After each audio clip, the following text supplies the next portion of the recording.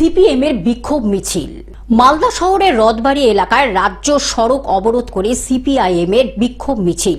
মঞ্চে মোহাম্মদ সেলিম, মীনাক্ষী, শতরূপ সহ শীর্ষ নেতা নেত্রীরা। মালদা শহরের বৃন্দাবনী ময়দানে আজ সভা ডেকেছিল সিপিএম নেতৃত্ব। অনুমতি পুলিশ না দিলে হাইকোর্টে যায় সিপিআইএম। আমরা বিরোধীরা যখন থেকে দাবি করেছিলাম এসআইআর নিয়ে কমিশনের বিভিন্ন গাফিলতির কথা, একেবারে যতটা কমিশন তার থেকে বেশি বিজেপি আমাদের সমস্ত কথাকে এক কথায় উড়িয়ে দিয়েছিল। সুপ্রিম কোর্টের রায় আসার পর এটা প্রমাণিত যে এসআইআর প্রক্রিয়া নিয়ে কমিশনের 100টা গাফিলতি রয়েছে। কিন্তু কথাটা হচ্ছে কমিশন এই রায় আসার পরেও নির্দেশ দিয়েছে পুলিশকে, যেরকম মুর্শিদাবাদের পুলিশকে নির্দেশ দিয়েছে মনিরুলের বিরুদ্ধে এফআইআর করা, দেওয়াই উচিত, সব ঠিক আছে। কিন্তু যে সুপ্রিম কোর্ট নির্দেশ দিয়েছিল আইন শৃঙ্খলার প্রশ্নে পুলিশকে দায়িত্ব নিতে হবে, সেই সুপ্রিম কোর্টই আবার কমিশনকে একাধিক নির্দেশ দিয়েছিল। এরপর মালদা কলেজ মাঠে সভার অনুমতি দেয় হাইকোর্ট, কিন্তু মালদা কলেজ আবার হাইকোর্টে যায় সভা না করানোর জন্য। পরিবর্তে পুরাতন মালদার মঙ্গল বাড়িতে সভা করার অনুমতি দেয় হাইকোর্ট, কিন্তু সিপিআইএম মালদা শহরে সভা করাতে চেয়ে আজ রথবাড়ি মোড়ে বিক্ষোভ সমাবেশ শুরু করে। এই সভায় কয়েক হাজার মানুষ যোগ দেন।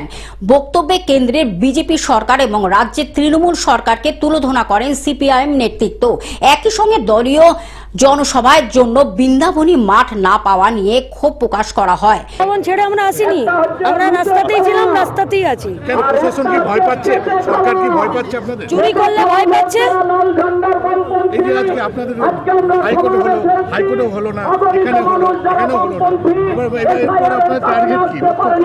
মমতা ব্যানার্জি ইডির তল্লাশি চলাকালীন ফাইল নিয়ে বেরিয়ে যাচ্ছে। রাজ্যের পুলিশ তৃণমূলের গাড়িতে চেপে মুখ্যমন্ত্রীর অর্ডার পালন করছে। সেই রাজ্যে বিডিও পঞ্চায়েতের ভোটের ব্যালট পেপার চিবিয়ে খায়। বিএলআরওর অফিসে আপনার জমি নিশ্চিন্তে বেমালুম আমার নামে হয়ে যায়। এই দালাল প্রশাসনের কাছে আপনি আর কি আশা করেন? সমাবেশে রথবাড়ি মোড় থেকে ফোয়ারা মোড় পর্যন্ত একটি মিছিল করা হয়। মিছিলে তা মেলানো হয় কেন্দ্রীয় নেতৃত্ব থেকে রাজ্য নেতৃত্ব। উলঙ্গ করে দিয়েছে প্রশাসনকে।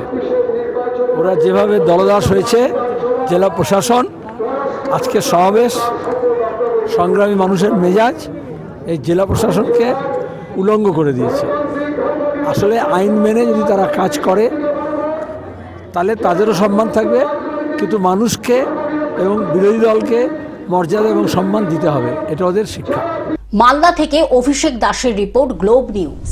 এখন থেকে গ্লোব টিভি দেখুন আপনার স্মার্টফোনেও। গুগল প্লে স্টোর অথবা অ্যাপল স্টোর থেকে ডাউনলোড করুন গ্লোব টিভি লাইভ অ্যাপ। এছাড়া জিও টিভি অ্যাপ থেকে দেখুন গ্লোব টিভি লাইভ।